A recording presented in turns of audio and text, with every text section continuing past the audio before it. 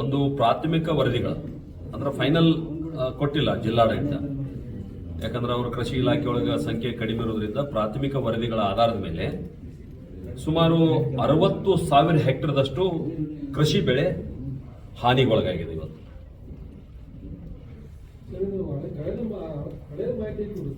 ಯಾವುದು ಅಷ್ಟ ಆಗಿದೆ ಆಯ್ತು, 1 ಲಕ್ಷ ನಿಮ್ಮ ಕಡೆ ಹೆಚ್ಚಿನ ನಂಬಿಕೆಯಿಂದ ಇದ್ರ ಮಾಹಿತಿ.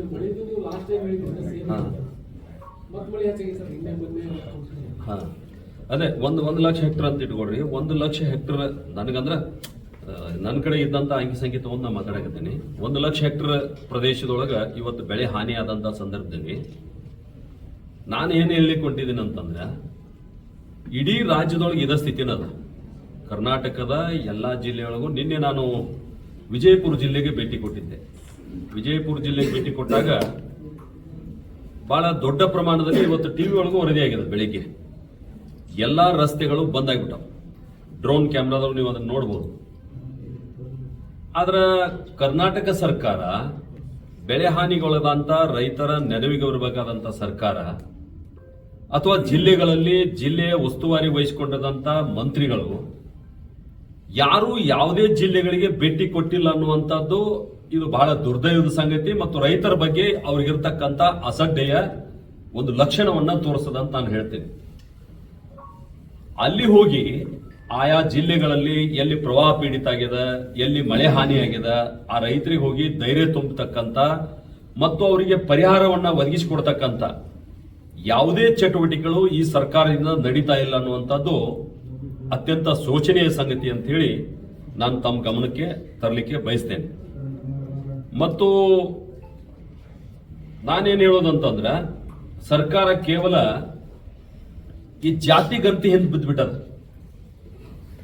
ಒಂದ್ ಕಡೆ ಆ ಜಾತಿ ಗಂತಿಗೆ ಹೋಗ್ತಕ್ಕಂತ ಅನೇಕ ಅಧಿಕಾರಿಗಳು ವಿನಂತಿ ಮಾಡ್ತಾ ಇದ್ದಾರೆ. ಏನಂತ ವಿನಂತಿ ಮಾಡ್ತಾ ಇದಾರೆ ಅಂದ್ರೆ, ನಾವು ಗರ್ಭಿಣಿ ಸ್ತ್ರೀಯರಿಗೆ ನೀವು ಆದೇಶ ಮಾಡಿದಿರಿ, ದಯವಿಟ್ಟು ನಮ್ಮನ್ನು ಬಿಟ್ಬಿಡ್ರಿ. ಅಂಗವಿಕಲ ಶಿಕ್ಷಕರಿಗೆ ನೀವು ಆದೇಶ ಮಾಡಿದಿರಿ, ದಯವಿಟ್ಟು ನಮ್ಮನ್ನು ಬಿಟ್ಬಿಡ್ರಿ. ಹಿಂದೂಗಳ ಒಂದು ದೊಡ್ಡ ಧಾರ್ಮಿಕ ಹಬ್ಬ ಈ ದಸರಾ ಉತ್ಸವ, ನವರಾತ್ರಿ ಉತ್ಸವ, ಇದನ್ನ ನೀವು ಬಿಟ್ಟಿದಿರಿ, ಇಲ್ಲಿ ನೀವು ನಮ್ಮನ್ನ ಬಿಟ್ಬಿಡ್ರಿ ಅನ್ನುವಂತ ಒಂದು ವಿನಂತಿಯನ್ನ ಇವತ್ತು ಅವ್ರು ಮಾಡ್ತಾ ಇದ್ದಾರೆ. ಆದ್ರೂ ಕೂಡ ಹಠಕ್ ಬಿದ್ದಂತೆ ಮುಖ್ಯಮಂತ್ರಿಗಳು 7ನೇ ತಾರೀಕು ಮುಗಿಸಲೇಬೇಕು. ಯಾವ್ದು ಜರೂರು ನಮ್ಗ? ರೈತರು ಪ್ರವಾಹ ಪೀಡಿತರಾಗಿ ಇಲ್ಲಿ ಸಾಯ್ತಾ ಇರ್ಬೇಕಾದ್ರೆ ನೀವು ಅವರಿಗೆ ಪರಿಹಾರ ಕೊಡ್ತಕ್ಕಂಥ, ಅವರಿಗೆ ಧೈರ್ಯ ತುಂಬತಕ್ಕಂಥ ಕೆಲಸ ಮಾಡ್ಲಾರ್ದೆ ನೀವು ಹಠಕ್ ಬಿದ್ದವರಂತೆ ಈ ಇದಕ್ ಬಿಟ್ಟಿದ್ರಿ.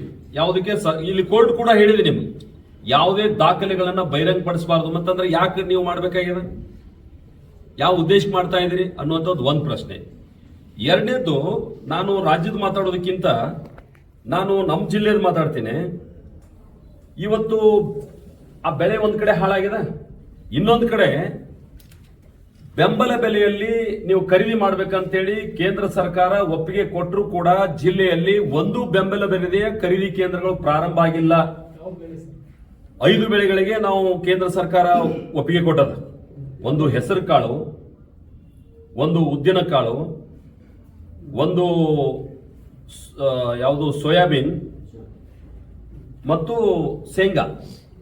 ಈ 5 ಬೆಳೆಗಳಿಗೆ ಕೇಂದ್ರ ಸರ್ಕಾರ ಒಪ್ಪಿಗೆ ಕೊಟ್ಟ ಮೇಲೂ ಕೂಡ ಜಿಲ್ಲಾಧಿಕಾರಿಗಳು ಆದೇಶ ಮಾಡಿದ್ವು ಅಂತ ಹೇಳಿದಾರೆ.